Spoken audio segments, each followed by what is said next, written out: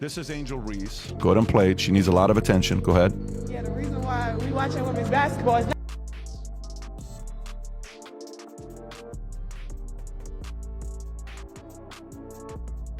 Move. Okay, so average WNBA view. I don't really get to stand up for myself. I mean, I have great teammates. I have a great support system. I got my hometown. I got my family that stands up for me. I don't really get to speak out on things just because I just try to ignore, and I just try to stand strong. Like, I've been through so much. I've seen so much. I've been attacked so many times. Death threats. I've been sexualized. The LSU champion turned WNBA rookie thought she could rally the league to sit out overpay issues. But she didn't expect anyone to bring facts into the conversation, and let's just say, reality hit her pretty hard. So Rob, go to ChatGPT and play type the following thing. How much did the WNBA lose in 2024? You can type that up. How much did the $40 WNBA million. So 40? Lose in 2024. They lost $40 million. Year before was $50 million. So it's some progress that they're making. Yeah. From the 40-50. Progress, now, guys. watch this here. To address the financial situation, I ask, the WNBA is, Rob, if you go up and ask the other question as well. Ask, is it true that the WNBA makes money when they don't play? Is it true that the WNBA makes money when they don't play? Ask that question. What does that mean? Yes, in a way, the WNBA has historically lost money and receives financial support from the NBA, which means that the WNBA games are not played. The league can actually save money by avoiding operating costs. Fresh off a rookie season where she was, at best, average, Angel Reese is now threatening to lead a strike over pay. Yes, you read that right. A league that struggles with TV ratings, low ticket sales, and has relied on the NBA for financial support is supposed to suddenly pay millions just because Angel Reese says so. Talk about entitlement. The Bayou Barbie really thinks she's the star, doesn't she? Meanwhile, Caitlin Clark is out there breaking records, carrying the league, and actually bringing in fans, but somehow Reese believes the WNBA should just start printing money for her. Shot clock is off. Angel Reese has 4 Liberty players around her.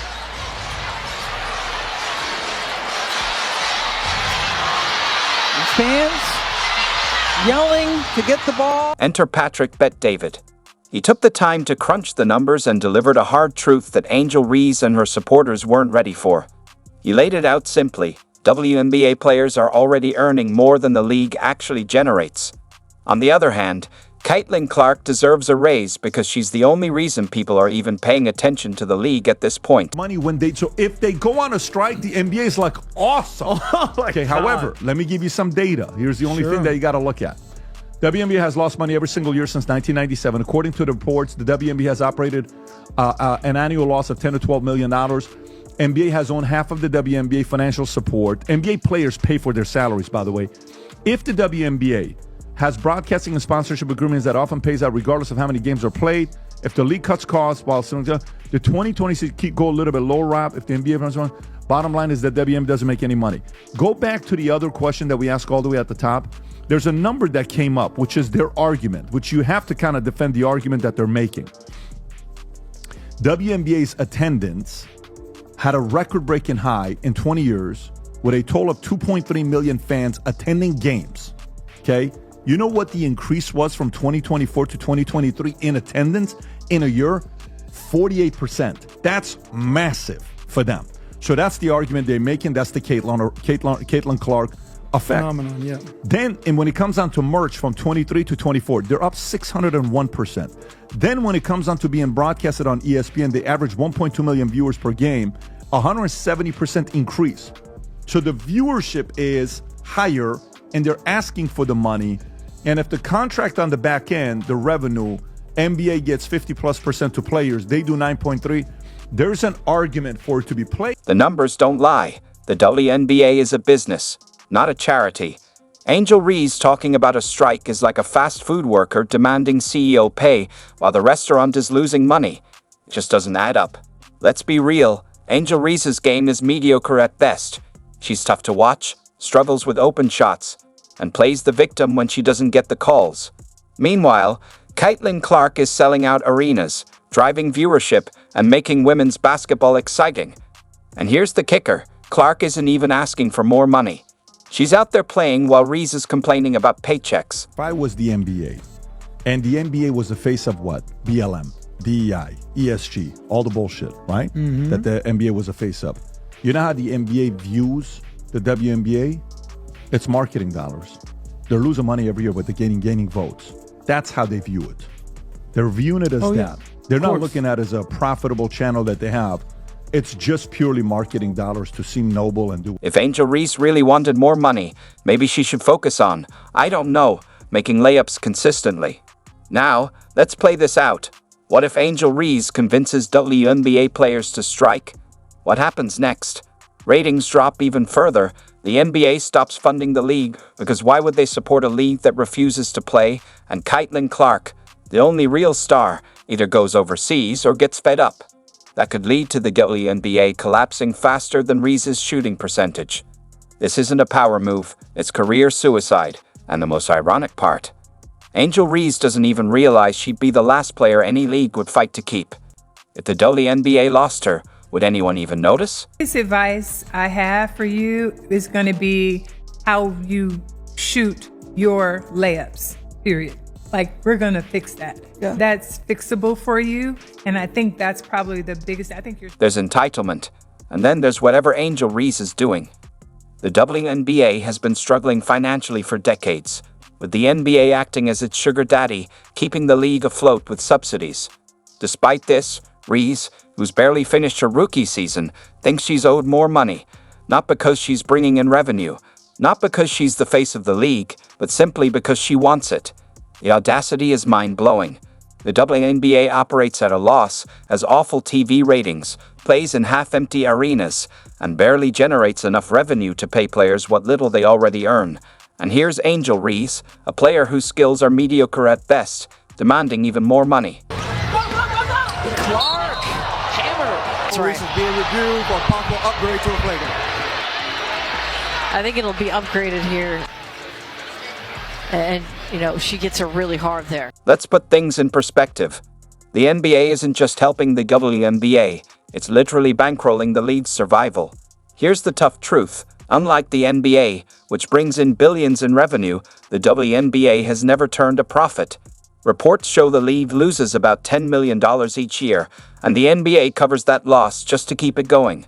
Without the NBA's support, the WNBA would have folded years ago. The NBA doesn't just invest in the WNBA, it subsidizes it. It covers marketing, arena costs, and even player salaries to some degree. This isn't charity. It's a business move to maintain the image of supporting women's sports, even though the demand for the WNBA simply isn't there. You're about to witness something you've never seen before. Angel Reese made a layup.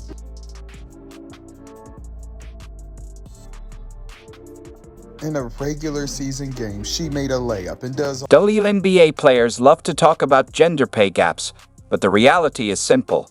NBA players make more because they bring in more money. The NBA makes over $10 billion a year, while the WNBA barely hits $60 million. That's less than 1% of the NBA's revenue. So where exactly does Angel Reese think this extra money should come from? One of the most baffling parts of her complaints is that she acts like she's struggling. Let's break it down. Reese made about $74,000 in her first season, which is actually more than the average American household earned in 2022. $74,580, according to U.S. Census data. On top of that, she gets free flights, meal stipends, and housing perks, things most regular jobs don't offer.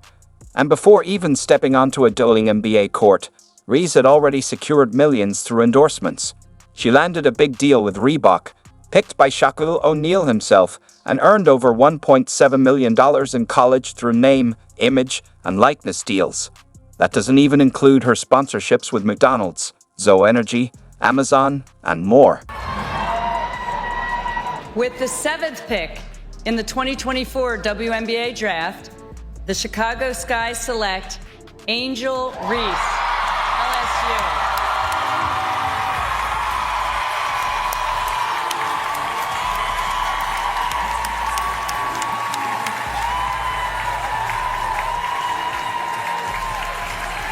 Well, there it is, Angel Reese, the 7th overall pick of this draft. So, how exactly is she struggling to pay her bills?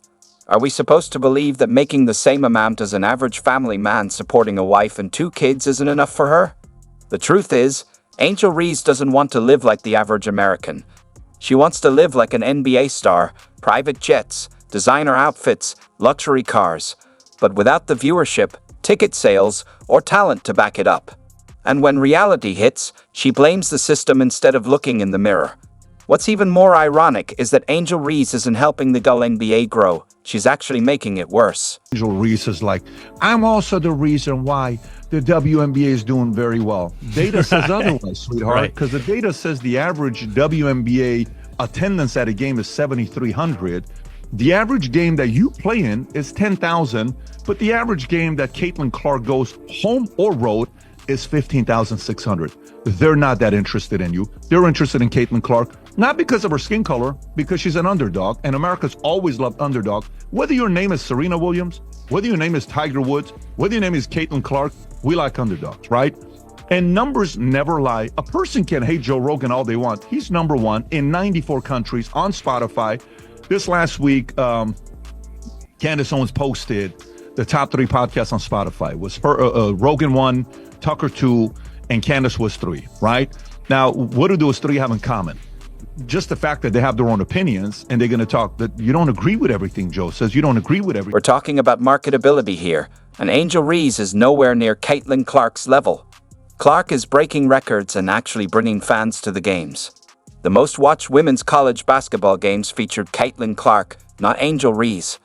But instead of focusing on her game, Reese has spent more time stirring up drama, whether it's feuding with fans, creating fake rivalries, or playing the victim when things don't go her way. Drama might work in reality TV, but it won't save a struggling league, especially when players like Caitlin Clark are bringing in new fans. Reese seems more interested in pushing them away with her attitude. She's built a fan base that focuses more on race and politics than on growing the sport. Angel is at the top tier level. She plays so hard. She has such a high motor. Those are the things that got her here. But her work ethic and the time that she's committed already to putting into her game will keep her in